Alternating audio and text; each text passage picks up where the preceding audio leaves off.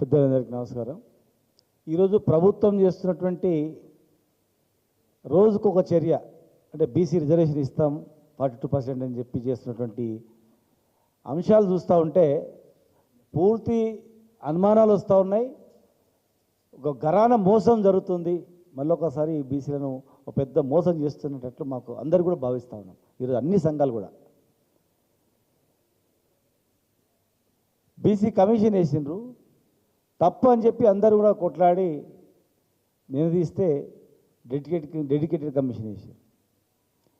ఆ తర్వాత అసెంబ్లీలో మీరు పెట్టలేదని మేమందరం కూడా అన్ని సంఘాలు మేమందరం కొట్లాడితే అసెంబ్లీ పెట్టారు. అసెంబ్లీ పెట్టినప్పుడు మా పార్టీ తరఫున పూర్తి మద్దతు. మీరు ఏ పోరాటం అయినా చేయండి, ఇక్కడ చేయండి, ఢిల్లీ కూడా వస్తాం, మీతో పాటు అఖిలపక్షాన్ని తీసుకెళ్ళండి, ప్రధానమంత్రిని కలుద్దాం, తమిళనాడు తరహా మనం సాధించుకుందామని చెప్పిన తర్వాత ఒక్కరోజు కూడా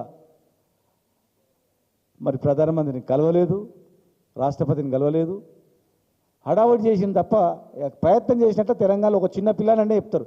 ఢిల్లీలో పోయి 42% గురించి ఏమైనా అడిగినరా చేసిందంటే అడగంది ఎవరు అమ్మ కూడా అన్నం పెట్టదు.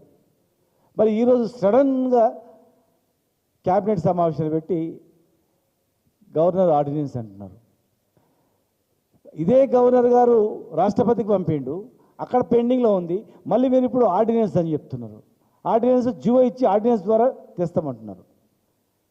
గతంలో 2018లో 396 జివో ద్వారా 34% పెంచి ఇదే మేము గవర్నర్ ద్వారా మేము రిజర్వేషన్ ఇచ్చి పెంచి ఇద్దామనే ప్రయత్నం చేస్తే స్వప్నారెడ్డి అనే ఒక పిటిషనర్ హైకోర్టులో వేసి కొట్టేశారు.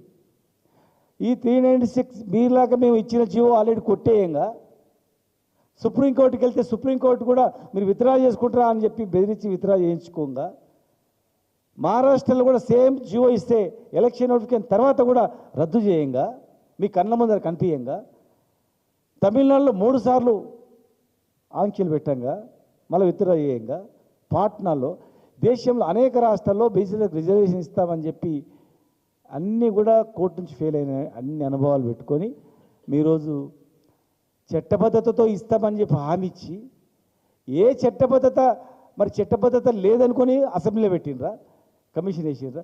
ముందే మీరు ఇమీడియట్గా 6 నెలల లోపల జియో తీసుకొని జియో ఇష్యూ చేసి కోర్టుల మీద కొట్టేస్తే అప్పుడు మీరు అసెంబ్లీ ప్రాసెస్ చేసి అక్కడి నుంచి పంపించాలి. కానీ మీరు పైకి వెళ్ళి రివర్స్లో మళ్ళీ కిందికి వచ్చి హడావుడి చేసి బీసీలకు చేస్తున్నాం ఇంత పర్సెంటేజ్ అంటే, ఆనాడు 62% పెంచితేనే 34% పెంచినప్పుడు 62% అయింది. 62% తప్పు అని చెప్పి కోర్టు కొట్టేసింది. ఇలా మీరు 70% అవుతుంది. 28 + 10 + 42 70%, 50% మించొద్దని ఉంది సుప్రీంకోర్టు జడ్జిమెంట్లో. మరి 9th షెడ్యూల్లో పెట్టాలని చెప్పి ఉంది. మీరు ఏం చెప్పకుండా 70%ను ఎట్లా జరుగుతారు అనుకుంటా ఉన్నారు? హైకోర్టులో పోతే ఎవరు బాధ్యులు? సుప్రీంకోర్టు అనుగుణంగా చేయకుండా, ఏ న్యాయ కోవిధులను ఆలోచన చేయకుండా రిటైర్డ్ జడ్జీలు ఉన్నారు, ఎంతోమంది న్యాయవాదులు ఉన్నారు, వాళ్ళతో ఒక సమావేశం ఏర్పాటు చేయకుండా, అఖిలపక్షం మీటింగ్ పెట్టకుండా, ఏం చేద్దామని చెప్పకుండా ఏకపక్షంగా మీరు నిర్ణయం తీసుకొని మరి ఇలా చట్టానికి లోబడి కాకుండా చేయడం అనేది ఇలా బీసీ వర్గాలను అన్ని వర్గాలను ఈరోజు బాధ కలుగుతూ ఉంది. మీరు ఇచ్చినటువంటి కామారెడ్డి డిక్లరేషన్ ఏ ఒక్క హామీ అమలు కాలేదు.